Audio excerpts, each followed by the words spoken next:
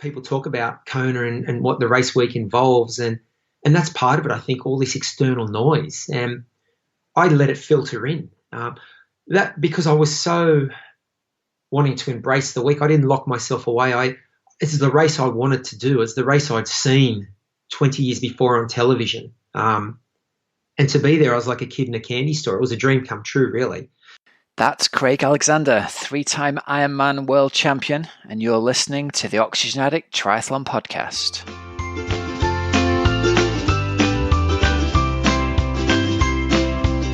Hello and welcome to the Oxygen Addict Triathlon Podcast. We're brought to you every week by our sponsors, PrecisionHydration.com. Electrolytes in different strengths that match how you sweat. You can get 15% off your first order with the code OxygenAddict15. And we're also brought to you by Thriver.co with a simple finger prick blood test you can do at home to track hormone, vitamin and mineral levels in your body. You can get 10% off all subscriptions with the code OxygenAddict10. This week's interview, everybody, is a cracker. It is my great pleasure to bring in an interview with, frankly, a legend of the sport, with Craig Alexander, Crowie. He is 3-time Ironman World Champion in 08, 09 and 11. He was 2-time 70.3 World Champion. He's still racing at the very highest level and still winning races. The guy is an absolute legend. And so I've got an amazing interview with him. It's a really nice long one, actually. He was really incredibly generous with his time. And the interview runs for nearly an hour, actually. So, yeah, I had a really good chance to ask him loads of questions that I've always wanted to get Crowie on the show. He was one of the greatest, continues to be one of the greatest competitors, but certainly for those sort of 4 or 5 years when he was either winning or challenging for the win at Kona, he just looked like the Terminator on the run. He used to be the image that I used when I was tutoring for the BTF, in terms of like, look at this runner. There's a classic, I think I referred to it in the interview, there's a classic bit of video of him passing Chris Lieto. Chris Lieto had led off the bike and he looks absolutely knackered in this run shot. And Crowie looks just incredible. He's got perfect run form, even though it's mile, 22 or 23. So we get to talk a little bit about that and get an insight into his mindset, actually. I always looked at him and assumed, as I have done with a lot of these great athletes, these world champions, assumed that he's supremely confident, assumed he was very self-assured. But as you'll find out listening to this interview, that wasn't the case at all. And actually, the way things look are very often not the way things are. So yeah, listen out for that one a little bit later on. So I hope you've had a great week. I've managed to escape the confines of my village for the first time in about 16 weeks this week. I went for a jaunt up to the Lake District in the camper van just for one day. Zoomed up and had a swim in one of the lakes up there, and then a 3-hour mountain bike ride with a couple of pals of mine, appropriately socially distanced, mainly because they were both much stronger than me and rode away from me up the hills. But it was one of those 2 days last week where it was absolutely baking hot. The computer in the van was reading over 33 degrees by the time I parked up in the Lake District, which made for fantastic open water swim. We had the old towboy floats out behind us and got half an hour of open water swimming in, which is the first time I've swum in 16 weeks, actually. So it was really nice to get out there and have a swim again. And then onto the mountain bike, we had 3 or 4 really big climbs to do, and it was just too hot. It was absolutely scorching. There was no air, as you can imagine, going uphill at about 2 miles an hour. It was too hot to be out there and to be alive. But we did have a fantastic time, I've got to say. It was brilliant to get out and have a bit of an adventure just for a few hours. So I encourage you, if you can get out and you can do it safely and you can do it appropriately, get out and have a bit of an adventure. It was something very removed from my last 14, 15 weeks of training, which have pretty much all been on Zwift, with a few more recent outdoor rides thrown into boot. But it was nice to get outdoors and to give it a little bit in a different environment, the reason we did a mountain bike, we're lining ourselves up for a bit of an adventure this coming weekend. So more of which you'll find out next week on the show, hopefully, should I survive. Needless to say, it's time for my annual just before my birthday. If it doesn't scare you, you should be doing something adventure. Do one thing every year that scares you, as my friend Moose used to say. So we're getting out to do something that scares me this coming weekend. So watch this space. All right. So I've got to give a shout out to our sponsors, Precision Hydration, who basically kept me alive during that hot 3-hour ride. If it wasn't for their 1500 milligram sachets of electrolytes, I would have been in cramp. I would have been in misery. I don't think I'd have made it through, if I'm perfectly honest. They make fantastic balanced electrolytes that match how you sweat. So you can go on their website. You can take a few questions that tell you whether you're a very heavy or a very salty sweater. If you are a very heavy or salty sweater, you can actually see them in person, and you can have an in-person sweat test done. So you can have that done as we come out of lockdown. I don't think they're doing them at the moment. But for me, it was a game changer finding out I'd lose something like 1,600 milligrams of sodium per litre of sweat. So I'm one of the very saltiest sweaters out there. And so I've had hideous problems over the years with cramp and with hyponatremia in hot Ironman races. And so I'm very, very mindful to keep tops up with the electrolytes. It's something that I always make sure that I do, even if I'm just on the turbo for an hour.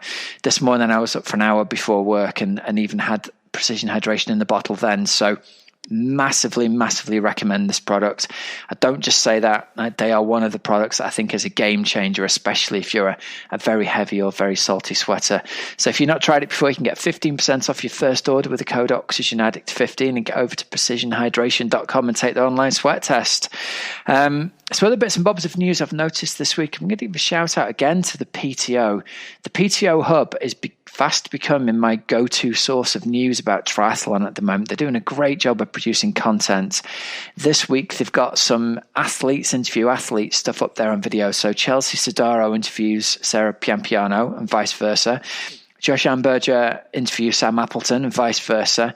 And there's a great video from Lucy Charles Barkley giving open water swimming tips as well. So if you're venturing out into open water for the first time this year, and you're a little bit nervous about it, Lucy does a great job. You know, she's a coach as well as a great athlete. She does a great job of going over the main points of the things that she would have you do in open water swimming. So I very much rate it, actually. I was very impressed by it. So nice work, Lucy. It's only 5 minutes long or so, but they managed to pack a lot of information into the video. So get over onto the PTO Hub and check that out. Right, Coach's Couch this week. I'm going to encourage you to come and ride with us on Zwift. Tuesday nights, 7:15. We didn't have a lot of riders last week, probably unsurprisingly, given the fact that it was, 25, 28, heading towards 30 degrees. It was hard work, even with 3 fans on. It was misery on the Team OxygenAddict Zwift ride on Tuesday night and on our team-only team time trial on Thursday night. That in particular, I had to move my turbo into the back garden to get that done. It was just ridiculously hot in my house. But come ride with us. We have got structured interval training happening on Zwift Tuesdays 7:15 p.m. UK time. All you've got to do is check out in the Zwift events. It's an official Zwift event, so you can just click going on that and just be online 5 minutes or so before the event starts at 7:15. We've had a maximum, I think our biggest number ever was about 145 riders all on at once. So weather in the UK is looking a bit grey this week, so get on and join us. Guaranteed to raise your FTP and give you a faster, more powerful bike leg. Who knows when racing outdoors is going to resume, but you can get indoors and have a lot of fun on Zwift, either doing structured workouts or the Zwift races or Zwift time trials. I'm going to give you a one-time offer just for this week only for the start of July up until the end of Monday, the 6th of July. We've got 5 places available in Team Oxygen Addict that if you choose to take us up on one, we're going to extend your annual coaching membership. It would usually run for a year until, again, this time next year. We're going to extend it all the way through to the end of September 2021. Now, we've run this once earlier this year. It was really successful. We closed it down, and we're going to try and have a push to get only 5 members in July. So if it sounds like something you think you'd benefit from, structured training with us, come in, join us up, and if you join before Monday, the 6th of July, and you're one of the first 5 to sign up, we're going to extend that all the way to the end of September 2021. I don't think we're going to be able to do this offer again this year, so get in now if that's something that you really want to get in on. I think we offer the most comprehensive, most complete triathlon coaching package out there. You get your training plan specific to you and the race that you're doing. You get coaching advice from me and the coaching team in our private Facebook group. You also get coaching advice on our monthly team video coaching calls on Zoom. So you get to ask any questions you've got and listen to the questions and answers for other members as well. We've got exclusive partner discounts and exclusive partner webinars. So recently we've had a 90-minute webinar with Alan Murchison, the performance chef, with Matt Botterill talking about bike fitting and how to go faster and more aerodynamically for less effort. We've had one on HRV. We've got partner discounts on HRV. Our training plans are actually HRV guided. So we get you to take your heart rate variability every morning. Depending on how well you've recovered from your previous day's exercise, your plan will change and the advice given will change depending on, if your HRV drops and your body isn't ready to change. All the evidence says you shouldn't be training. So we give you a different training session that day or advice on how to adapt that training session every day. We also have got partner meal planning for our members from Performance Chefs. You get a week's worth of matched meals to the workouts of that day. So Alan's done a brilliant job of producing 3 or 4 different weekly menus for our athletes that match up. So if you've got a heavy FTP training session, the meals are the right ones for that day. If you've got a long endurance day, the meals the day before that will be matched to that. So you get the right calories and the right macros. It's amazing, and that's all included for free as part of your membership for his sort of like these base level meal plans. We also get we've got more discounts to announce in terms of our partnership with the Performance Chef that they're to come later on in the next few weeks or so. Discounts with bike fitting and aerodynamics advice from Matt Botterill. So we've got loads of stuff. Come in and check it out. I really encourage you. So remember, if you join before Monday the 6th of July, you're going to get that extended all the way to the end of September 2021. All right, our interview of the week this week is brought to you by Thriver.co. So simple at-home finger prick blood test that you can do to tell you all about your health and what's going on in your body. So for athletes, you can have your iron checked, your testosterone, your red blood cell count, liver function, vitamin B9, B12, vitamin D. Or if you're focused on health and aging, you can have your thyroid function looked at, diabetes, cholesterol, omega-3 and omega-6. Basically, every test you can imagine, you can add or take away as part of the package. And all you've got to do is take this tiny little finger prick on the side of your little finger. You squeeze about 5 or 6 little drops of blood into a tiny test tube. You seal it up, you label it, you put it in a plastic bag. The whole thing takes less than 10 minutes from opening the box to having it sealed and ready to go to the post box. It couldn't be simpler. And you guys can get a discount. You can use the code OxygenAddict10 to get 10% off your all subscriptions, which is awesome. So this week's interview of the week is with 3-time Kona winner and 2-time 70.3 world champion Crowie Craig Alexander. Craig, welcome onto the Oxygen Addict Triathlon podcast. Thank you so much for taking the time to join us. How are you doing today? I'm good, Rob. Thanks for the invite to come on. Always good to chat and shoot the breeze. Well, listen, it's been a goal of mine to have you on the show. You were sort of one of my inspirations back in the day when I was taking racing seriously. And 3-time Ironman World Champion is it's the pinnacle of the sport, man. There's not many people who can say that. So, firstly, let's ask the question that's going through my mind straight away. You're still racing. How is that possible, man? You haven't stopped. Every time the results come up, who was I talking to the other day? Was it Sam Appleton? And he was saying, yeah, Crowie's still handing it to me. So you've had a career that spanned, close to 30 quarter of years? A century. Wow, quarter of a century now. It's this is my 25th year racing as a pro. What can I say? I'm a glutton for punishment. I love it. That is so inspirational.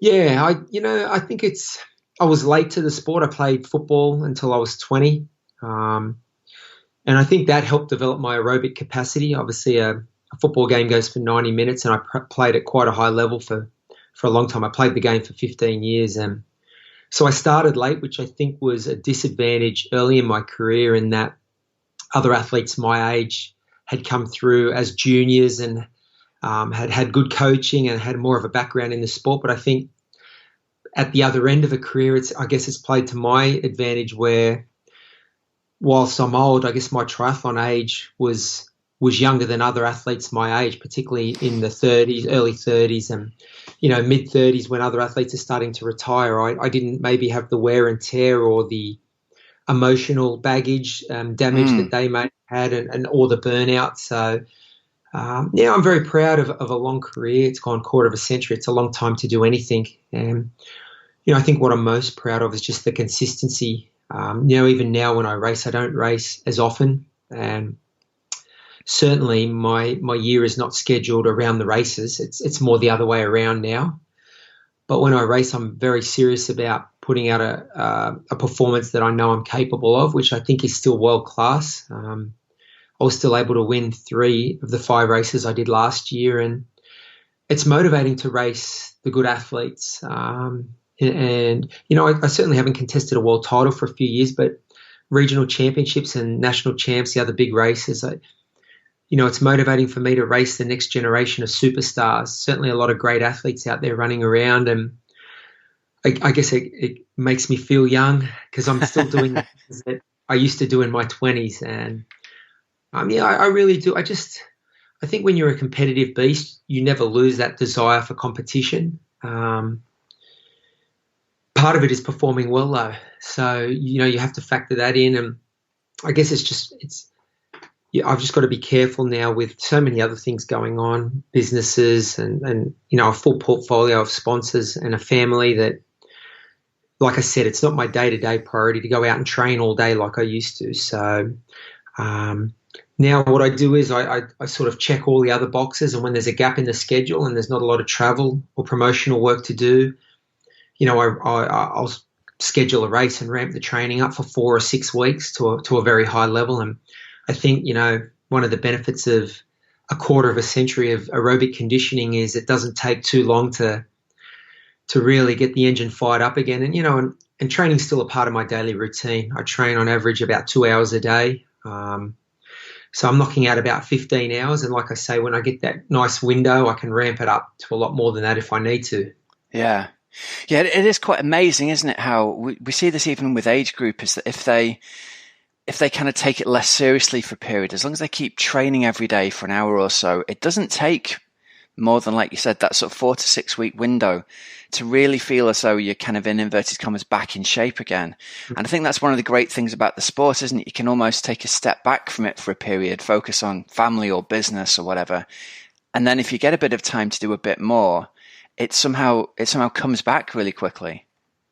Absolutely. I think it's one of the big benefits of the way aerobic endurance works and aerobic fitness is all that work. You hear people talk all the time about your base, and, what does that mean? Well, what it means is when you have a lot of years of good training practices and good aerobic conditioning, you lose a bit, no question, off your top end and maybe some muscular strength. I think as you get older, that's one of the things you need to be really mindful of. But the actual engine, the heart and lung strength stays with you for a long time. And you can have weeks or months out of the sport or just dial the training right back to more maintenance level. And yeah, that conditioning, all those hard weeks, hard sessions, hard months of training that you've put in, certainly, it's like going to the bank and making some withdrawals later on. It's all there for you. So let's take you right back to the start then, because 20 really is quite old to get into the sport, isn't it? In the scheme of the way things go today, where kids are picked up at sort of 10, 11, 12 years old and put onto performance pathways. I'm imagining growing up in Australia, there's an awful lot of swimming and biking and running and outdoor exercise goes on as part of everyday life. Was it genuinely the first triathlon that you'd done back when you were 20? Had you kind of dabbled in them when you were a kid? No, I mean, it was about 19 or 20 when I started doing biathlons. There used to be a lot of what we called biathlons. I think they're called aquathons now, swim, run races, or sometimes they reversed the order. It was run, swim, or sometimes it was run, swim, run. A lot of the surf clubs used to have them weekly. And a few of my buddies were doing them actually at university. So I used to go along, and I think I did my first one when I was about 19. They could be anywhere from 200 or 300 meter swim to a 500 meter swim. Usually they were about a 400 or 500 meter swim and a 5K run. So, but I did those for probably 8 or 12 months before I did a triathlon. But no, I had never done what I would now consider a proper swim session with a swim squad until I started doing triathlons. I did play water polo in high school for a few years. Never really did any bike training. Like I used to ride my bike around the neighborhood with my buddies when I was a kid. But my main sport was soccer. I played soccer. I trained for soccer 3 or 4 nights a week. We played 1 or 2 games a week. And I did that from when I was 6 until I was 20. So, I guess triathlon came on my radar when I was about 16 or 17. I started watching the races on television, particularly the Hawaiian Ironman. I also used to see some races like the St. Crowie half Ironman on television or the Chicago Triathlon because we had a couple of superstars in Australia, Greg Welsh and McKeely Jones, who were winning those races. So they were often on television in Australia. You could see them, and so I knew about the sport. But I guess it wasn't until 2021 that I did my first one. And like you say, it's a different time now. I mean, I think the sport's evolved and grown up, and kids are scouted. The talent identification starts a lot earlier. The training starts a lot earlier. There's also a lot more coaches and pathways than there used to be. There never used to be. I mean, if you consider now, next year in Tokyo, I think will be the 6th inclusion of triathlon in the Olympic Games. When I started in the mid-90s, it hadn't been in the Olympics. So, the big races that you watched were like Hawaii. Or the ITU World Championships, I guess. So it's just a different era. And that's a good thing. I mean, our sport's grown up. It's evolved a little bit, and we now have Olympic status. And, I guess if you were a 20 or a 25-year-old now, you would have grown up watching triathlon in the Olympics. So, just a different experience. And there's a lot more pathways now because of the Olympic status, and you have federations, national governing bodies set up the way they are. I think they get funding based on Olympic representation and medals, so they try and scout the talent a lot younger. And like you see with athletes like Javier and Ali and Johnny, and they start in the sport a lot earlier, and they have great coaching. And you can see it when you watch them even later in their careers going into the longer distance with their techniques, and you can just see they've been well coached. And it's part of the evolution of our sport. I guess I think it would be very, very hard now to start as a 21-year-old, and because by that age, a lot of athletes have been in the sport for 5 or 10 years already. Yeah. And in those systems and those pathways that you talk about, having access to great coaches and other good athletes to train with, and a lot of junior races. It's school now. My daughter does it. It's a school sport, triathlon, and also it's a college sport in the US now. It's gone on to a lot of things. It's a different era. I mean, I guess I've spanned a couple of eras, so you see different patterns and things evolve, I guess. But it's all good. It's great for the sport to see. I think Olympic representation or Olympic status has been really good for our sport to take it to a wider audience and give us that recognition. I spent a lot of time in the US, and now there's college scholarships for triathlon, along with some of the other traditional sports. So it's really nice to see. When you look back, obviously you've raced across all distances, all manner of different events. What has been your favourite distance to race at? That's a good question. The speed came most naturally to me. I think in high school, I was always one of the quicker runners in my soccer team, my football team. When we'd have the school athletics carnivals, I always seemed to do well in 4 and 800 events, the 4 and the 8, and usually the 15 as well. But I had pretty good, I guess, at cross country when it was 2 or 3K, I used to make it through to zone and regional and even state level, sometimes just off my soccer training because we did quite a bit of fitness work. We call guys like you sport billies in the UK. It's a sport billy, someone who comes from the football team and decimates the cross-country team. It's just like, where's that guy come from? Yeah, I think soccer's a great sport. I mean, I've got my son into it. Obviously, the skill. I mean, it's still my favourite sport. I love football. I love the EPL. I grew up watching Liverpool FC because Craig Johnson, the Australian, played for Liverpool. Of course, yeah. In the 80s, and so I used to get up in the middle of the night and watch the FA Cup finals. And so you must be hoping the Premier League kicks back off then, so Liverpool get to take it home this year.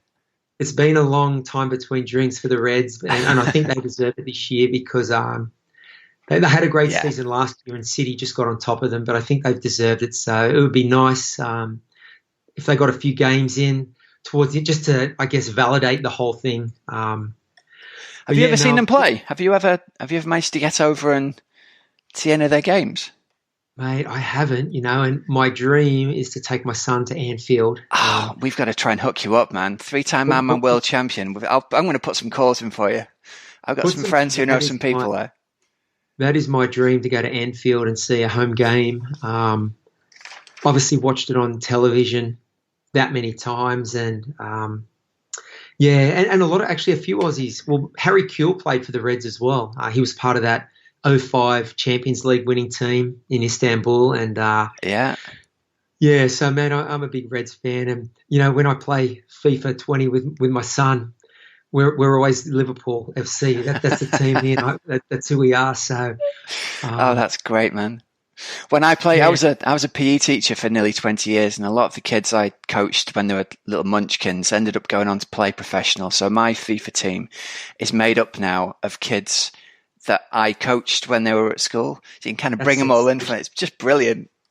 That's sensational. I mean, I just think the EPL is, I'm a huge sports fan. I spend a lot of time in the US. So, I get into the NBA when we're over there in the NFL. But for me, the EPL is the best sporting league in the world, in all sports. I just love everything about it. So, if I could get to Anfield with my son. I bought him. He runs around now. I help coach his team, his junior team. He runs around in a Liverpool jersey when we're at training. So, it's I can't even remember what the question was now. I was going to say, we need to get back to that. Your favourite distance to race over? What was it looking back over? Of all the races that you've had, because you've had success at every distance. Yeah, I felt most comfortable at sort of Olympic distance and half Ironman. For me, Ironman was a real challenge. I didn't do my first Ironman until I was 34.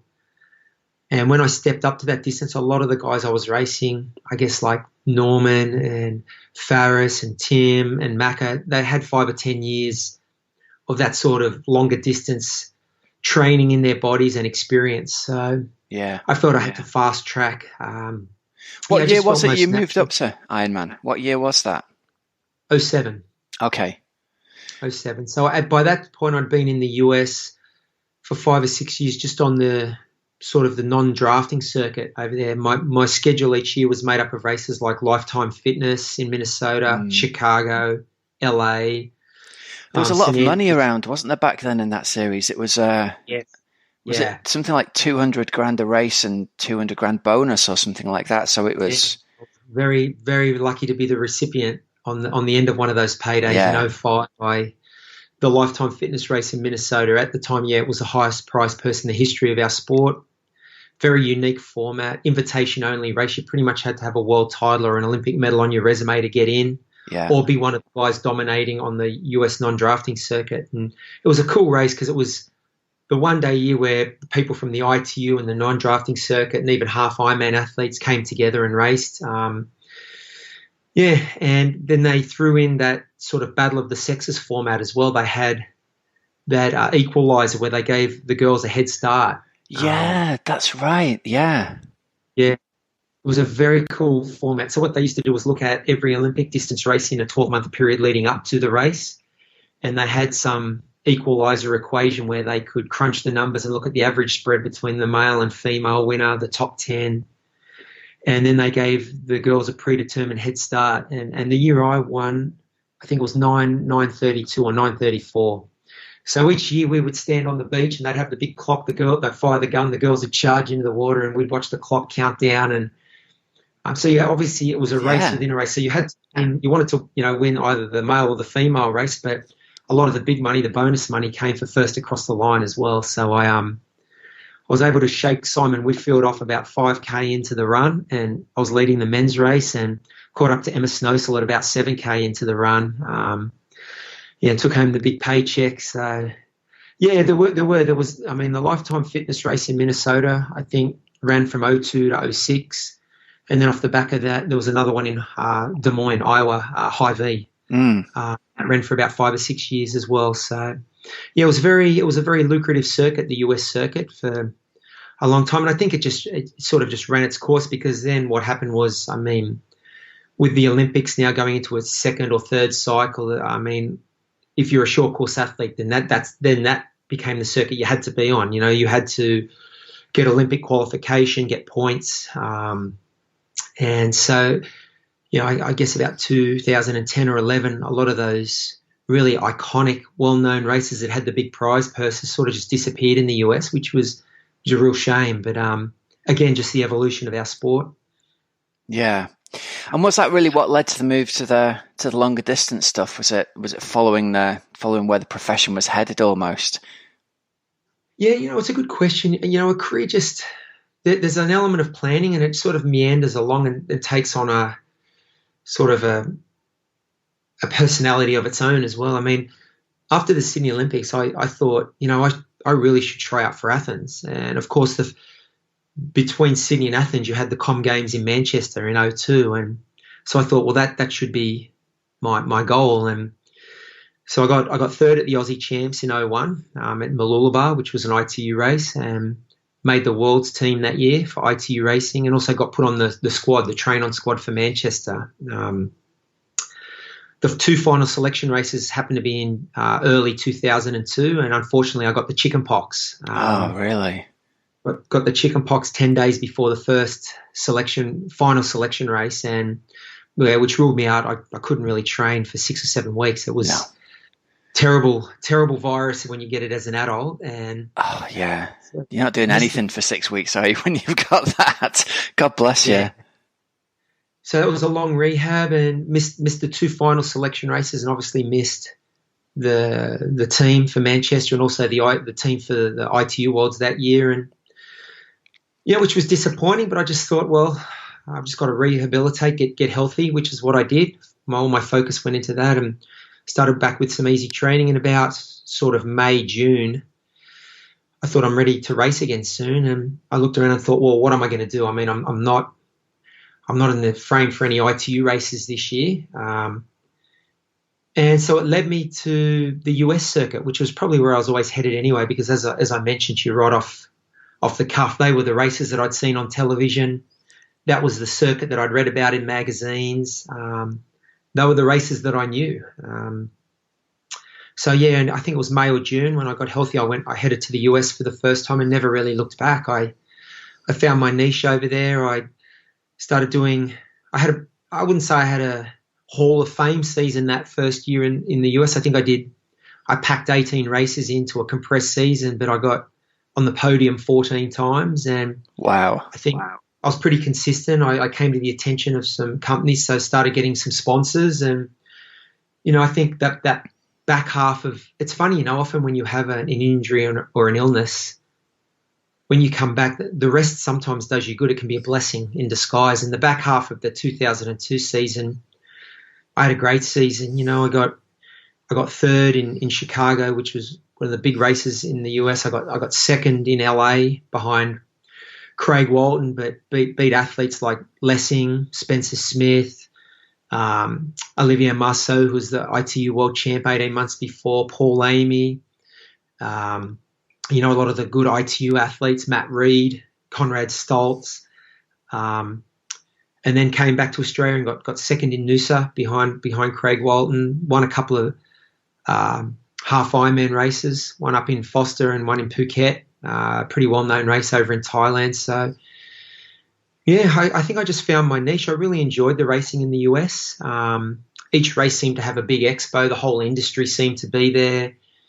I could see a pathway forward in terms of getting sponsors and how the industry works. So it was kind of, I guess, my initiation to the business side of the sport as well, and that sort of professional side to it. And never really looked back from there. Actually went back to the US every year after that, and still dabbled in some ITU races. I didn't do any ITU races in 2002, I think. 2003, I did a couple. I think I got a third and a fourth, or a couple of fourths. There was couple of World Cup races in Australia, but my main thing was the US circuit again. Same in 2004. I don't think I did any World Cup races in 2004. My main races were on on the US circuit, Chicago, LA, Lifetime Fitness again. There was a couple of big ITU races in the US. Each year I would jump into the US Pro Champs, which was usually in Boston, and had a decent amount of success at that race. So, but to answer your question, I guess I just was in that comfortable, when you find a niche and it's something you enjoy and you're getting good results and nice validation as an athlete, I just kept going back for more on the US circuit. And then,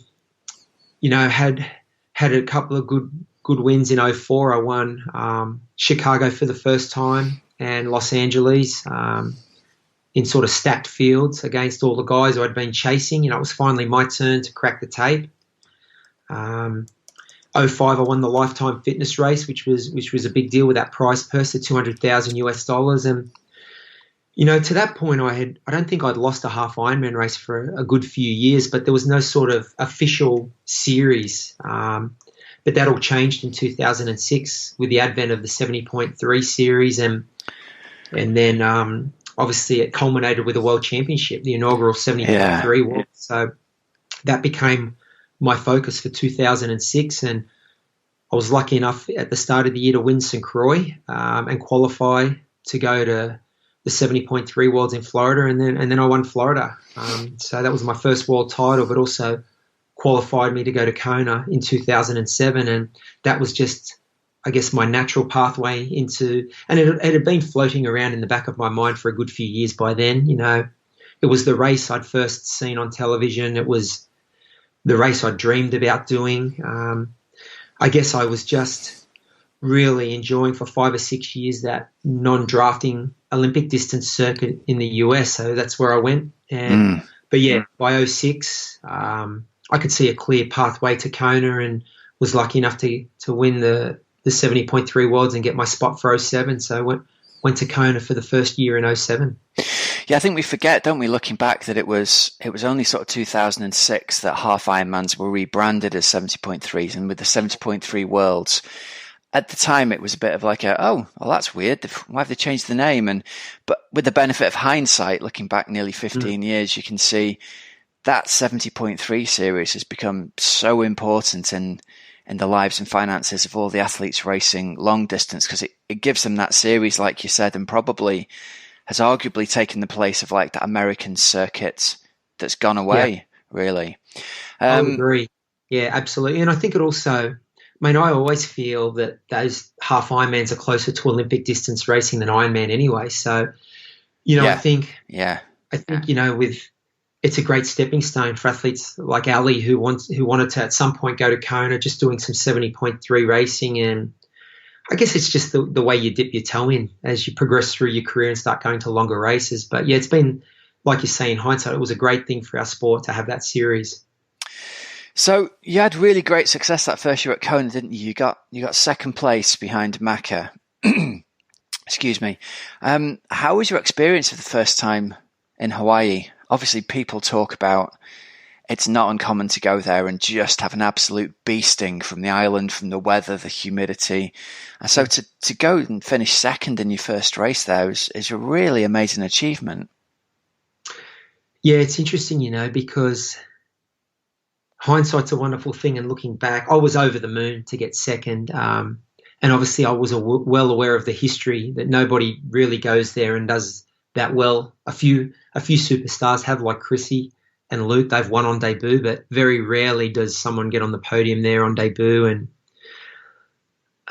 it was interesting because I raced Macca a couple of times earlier that year and I beat him both times. And when we got to Kona, he was one of the favourites that they were talking about. I mean, he'd had 5 or 6 years there already, and I think the first 4 or 5 years he didn't really race that well, but the year prior to that he'd had his breakthrough and got his first top 10, which was a second place. So he was now one of the favourites. So I kind of thought, well, if he's one of the favourites, I surely have got to be in the conversation somewhere. But it's funny, I'm not naturally a confident person, and I arrived in Kona and my confidence got eroded leading up to the race, just through different things, different conversations with people. I'd bump into maybe Mark Allen or Welshie or someone, and they'd say to me, oh, you've got to do an apprenticeship here. You've got to, this is the kind of race where maybe it takes you a few years, And then I went home after a couple of those conversations, and I read that Mark had taken him 6 or 7 years to win there, and Welshie was 7 years. And so I was like, oh, wow, maybe I was very overconfident thinking that I was in the conversation. And then I bumped into Paula Newby-Fraser, and who obviously I knew of. I didn't know her personally. And she looked at me and she said, oh, it's great that we finally meet. Geez, you're looking very light. That was the first thing she said to me. You're looking very light. How are you feeling? You're feeling strong. You look too light. And I was like, really? Oh, okay, I'd never really thought about it, but thanks for just eroding my confidence a little bit more. Throughout the course of the week, and you hear people talk about Kona and what the race week involves, and that's part of it. I think all this external noise, and I let it filter in. That because I was so wanting to embrace the week, I didn't lock myself away. This is the race I wanted to do. It's the race I'd seen 20 years before on television. And to be there, I was like a kid in a candy store. It was a dream come true, really. So I was out and about and, seeing all these legends and people, some of whom I knew, some I didn't, introducing myself, chatting away, thinking, how good's this? Past champions everywhere, chatting away. But it sort of did erode my confidence a little bit. And so when the gun went off, I had much more of a conservative mindset for that race, which in hindsight probably wasn't a bad thing. So I was very conservative. I was possibly in my best physical shape ever going into that race, but didn't have the mental experience or the just knowing what it felt like to race for that long and that in those kind of conditions and against guys, like I said, who had done it 5 or 10 years, so they knew. And full credit to Macca, he had his breakthrough race there. I mean, he'd been going there for nearly a decade and then raced amazing. I crossed the finish line, and the first thing my wife said to me, Chris sort of had got taken away to medical, and I felt pretty good. And it wasn't really until I got to about 30 or 30, even 35K that I thought I'm actually going to make it here. Right. And I was in second spot for most of the run, or for a lot of it. But I'll never forget there was one point, out on the lava fields. I think we'd just come out of the energy lab, and I saw my best mate who'd come over to watch. And I think I was about a minute behind the lead at that point. So Chris was right in front of me, and I saw my mate, and I started yelling him, how far, how far? And he's thinking, what's he talking about? Because he looked up, you could see Chris. And he said, well, what do you mean how far? He's right there. And I'm like, no, not to him, behind, how far behind?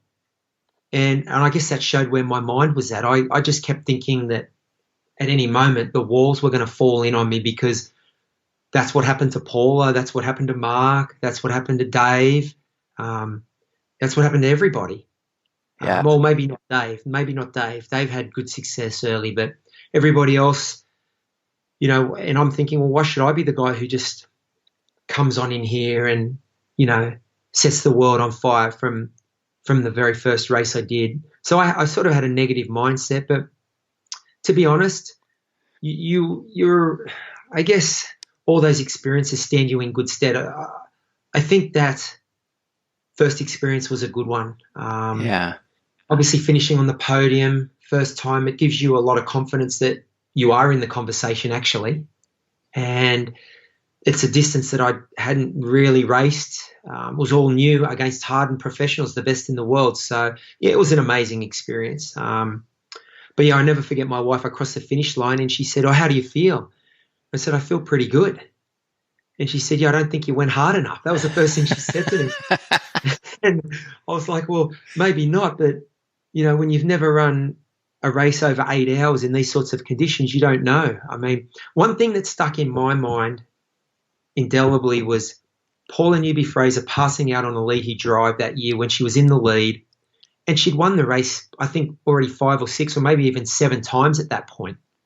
And so I used to just think, well, if someone who's done the race for over a decade and has won it 6 or 7 times can get it wrong to the point where they collapse 400 yards from the finish, then as a rookie you need to be pretty careful, pretty conservative. So I think that mindset served me well. And obviously, I learned a lot because I came back that next year and was able to go one spot better. Yeah. Ironman is such a unique test of that line between physical and mental endurance. I remember going to watch Mark Allen give a seminar, and he said the year he finally beat Dave, he said with about 6 miles to go, the only thoughts going through his brain were, firstly, I think I can win this. And secondly, I don't think I can take another step. And he said for 6 miles, those two thoughts rotated around his brain. And looking back, he can't believe he even got to the finish line, let alone had the push up the hill.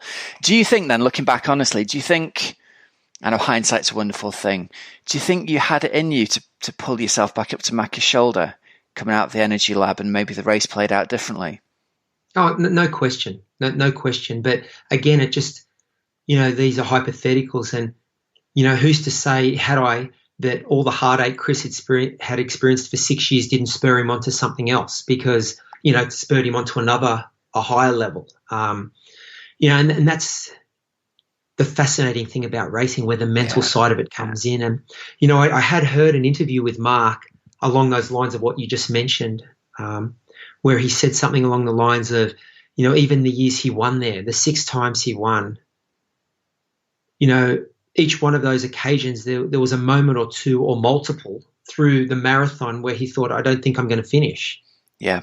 And so I thought, listening to that, well, if the guy who's winning the race or towards the front of the race is thinking that, what's everybody else thinking? For me, that set the table of just how tough a challenge this is. Yeah. There's no question. I had another gear in 07, but I was very conservative, and ultimately your performance is a mix not only of the physical conditioning, but the mental, the cognitive ability to dive deep and go down into those places you don't like to go to, that because they hurt a lot, and do it at the right time. And, like I said, Chris was coming off 5 or 6 really heartbreaking races there, and maybe that was his perfect storm coming together. So there's no question physically I had an extra gear in 07, but the performance you get is a combination of not only your physical conditioning, but all those things, your experiences, your confidence level, just learnings from earlier in your career. And that was me, I guess, developing sort of, like I said, my physical conditioning was great that year, but more of a mental arsenal to come back and know that I could push harder for longer, and that, I wasn't going to end up laying on the ground or in the gutter somewhere with my head in an ice bucket.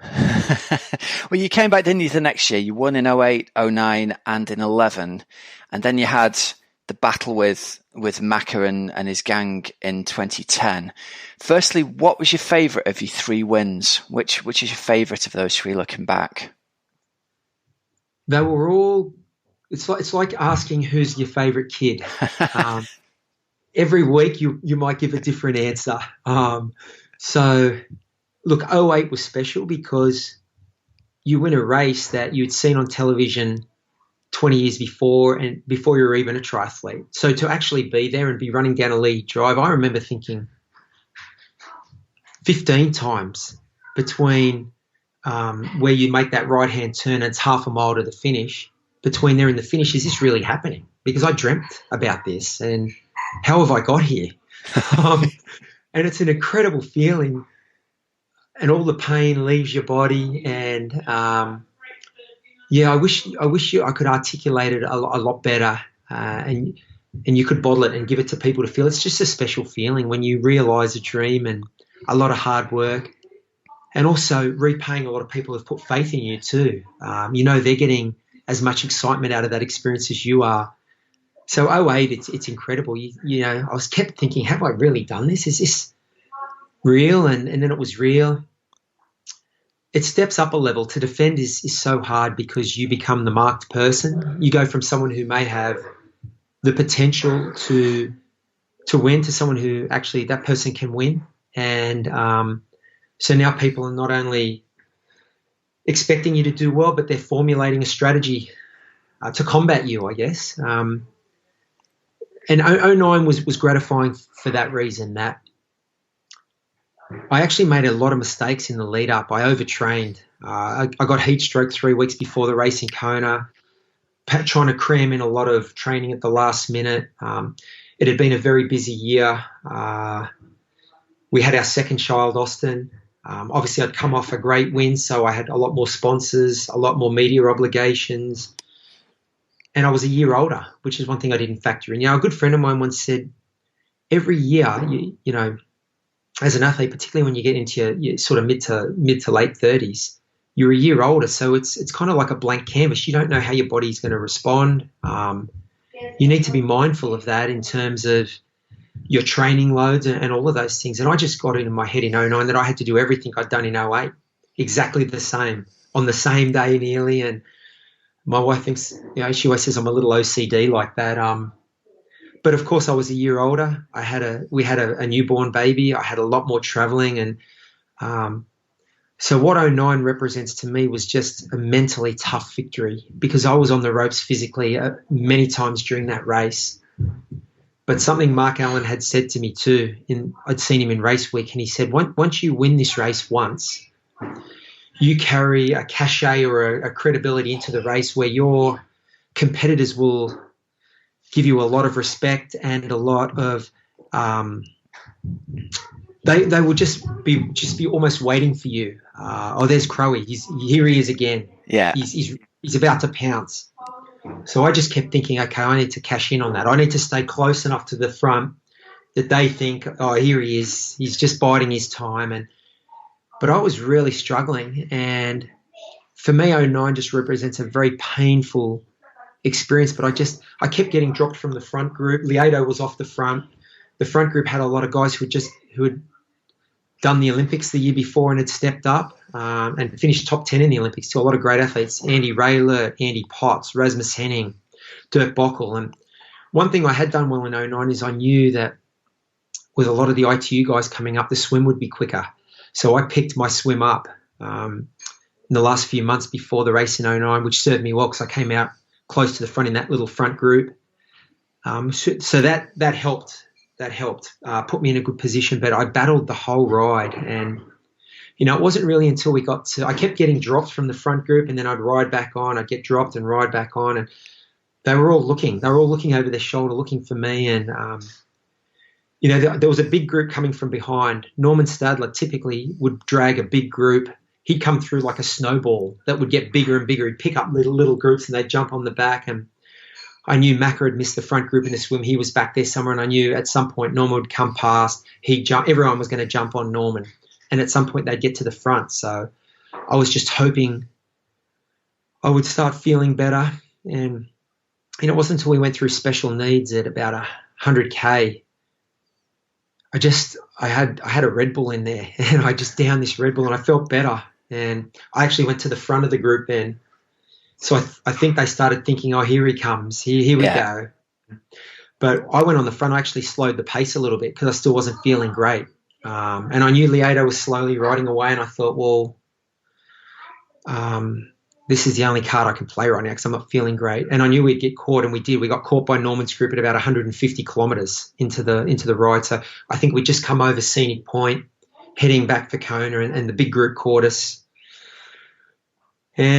But yeah, I just hung in there, and I ran shoulder to shoulder with Raylert for 25 kilometres, I think, and finally shook Andy off. And it's amazing, I then next thing you know, I look up and Lieto's on the horizon. He had a 12-minute lead off the bike, and that's when you see the mental side. And that's why 09 was such a special victory, because I didn't quit at any moment, not even for 1 second at any moment in that race. I was going to say, it's really interesting to hear your perspective on this, because the outsider's perspective, watching the replay, there's that classic slow motion shot of you running past Lieto with perfect form, and Lieto kind of tries to pick himself up for about 5 steps, and you physically see him crumple, and he's just like, it's done. But to the outsider, it looks like you've perfectly paced it and caught him at exactly the right time. So yeah, it's interesting to hear your side of it, man. That was a very gutsy victory, and you hear people talk about the importance of mentality, and I saw it that day, because when I saw Chris and I knew he'd had a 12-minute lead off the bike, and then at 33, 34 kilometres, he was right in front of me, and I think I caught him at 35K with 7K to go. It was like this weight was lifted, and it was the best I felt all day. And that's the mentality of that. That's, you hear people talk about attitude is everything. Your thoughts, if they're positive, they control the way you feel and then the way you act. It's just that flow on effect. And I was able to hang in there and stay tough mentally. And I think, when I ran past Chris, it's the best. That last 6 or 7 kilometres was the best I felt all day. And it's so funny because it hadn't been a comfortable win.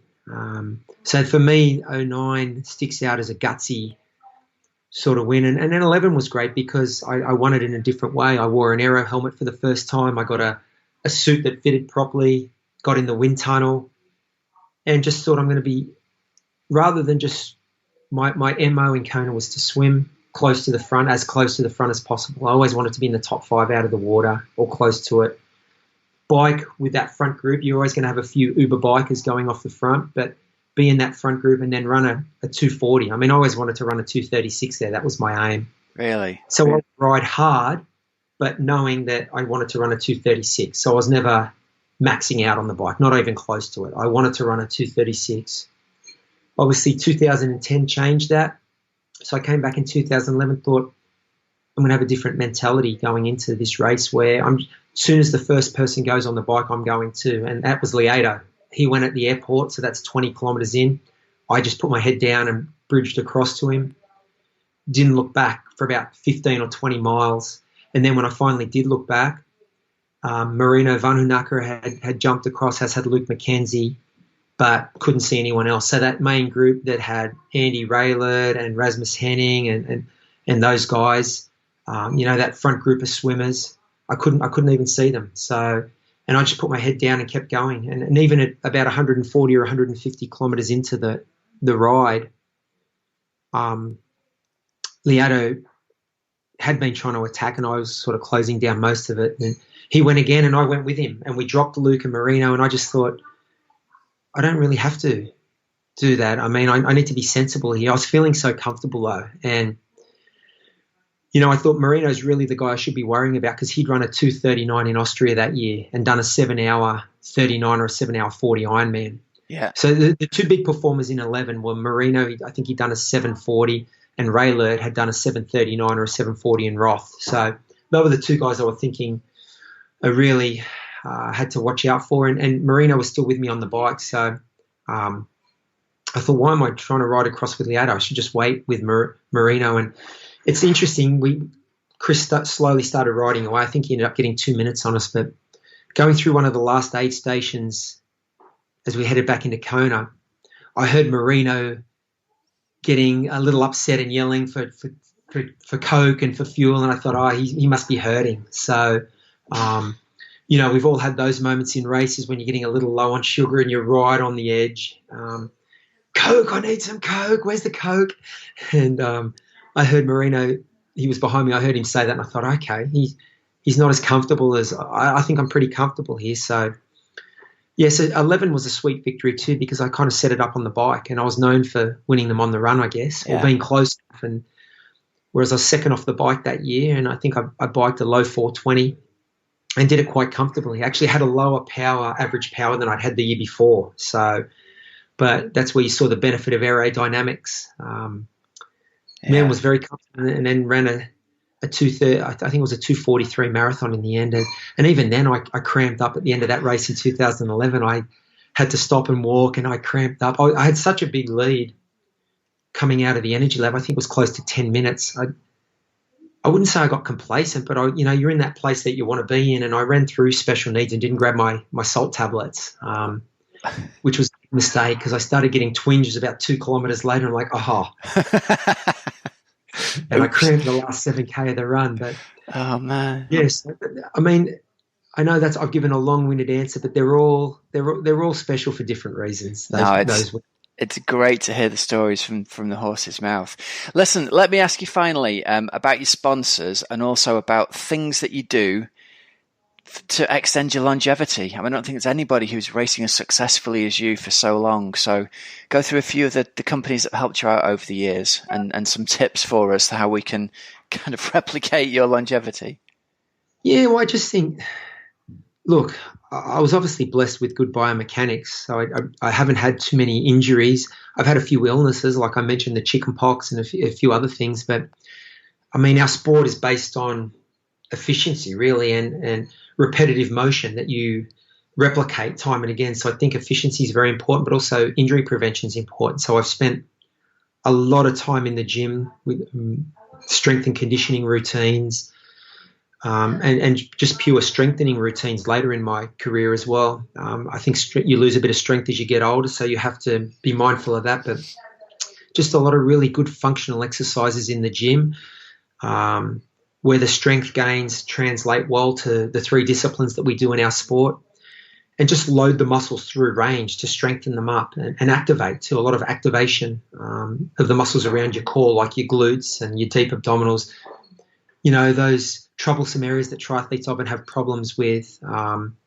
So I've been very, very vigilant in working on those exercises, going to the gym 2 or 3 times a week, but also having a little setup at home that like a yoga mat and a Swiss ball and a couple of things. So, and these exercises are not revolutionary. You can Google, these sorts of exercises, core exercises for running and cycling, and there's a lot. There's a lot of great exercises that you can progress to and make them more challenging as you progress and get better. You can make the exercise more challenging and monitor your progression that way. So I've been big on that. I'm also, I think as I've gotten older, just be much more mindful of recovery techniques, and good recovery starts with sleeping and eating. They're the cornerstones of recovery: getting good sleep, eating well. And I'm not going to sit here and say that I don't eat ice cream and chocolate and drink the odd beer. I do all of those things, but I think that's part of the reason I've had the longevity as well, because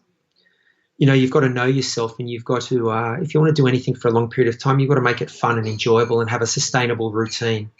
Yeah. But to really drill down on the nutrition, I've just tried to really find products like protein powders, or obviously electrolyte too when you're exercising, and replenishing immediately afterwards. You've just got to be so mindful of all those things, and particularly as you've gotten older, as I've gotten older, and as we all get older. I think that the heart and lungs stay strong, but where you diminish is more the chassis. The engine's strong, but the chassis needs a lot more TLC, the muscles, the joints, the bones. I think it's well documented, and the research shows that cardiovascular strength is good into your 40s and 50s, but just the body you've got to look after. And, more recently I've partnered with a company, TRR, out of the UK.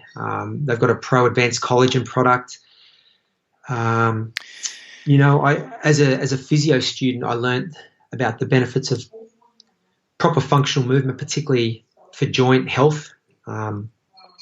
This product has marine collagen. It's got glucosamine and a lot of the things that are well known to help with just supporting your joints for proper functional movement. So that's one thing, as I've gotten older. And I'm not really, like you mentioned, I still like to race. And when I race, I still like to perform. But I've also got 25 years of wear and tear on my body. And, I want to be able to run around and kick the soccer ball with my son and surf with my son and my daughters for years to come. So my nutrition now is based on performance, but it's also based on just quality of life. And, I know in a sport like ours, particularly, the first 2 disciplines are non-weight bearing. Running's a weight bearing discipline, and a lot of the gym exercises are weight bearing, and that puts a lot more load through your joints and your muscles. And you've just got to be mindful of really doing things that I guess can help replenish and recover between sessions and long term. So that's good. It's protein powders. It's good protein for recovery, muscular recovery, and also joint nutrition, I think, is very important.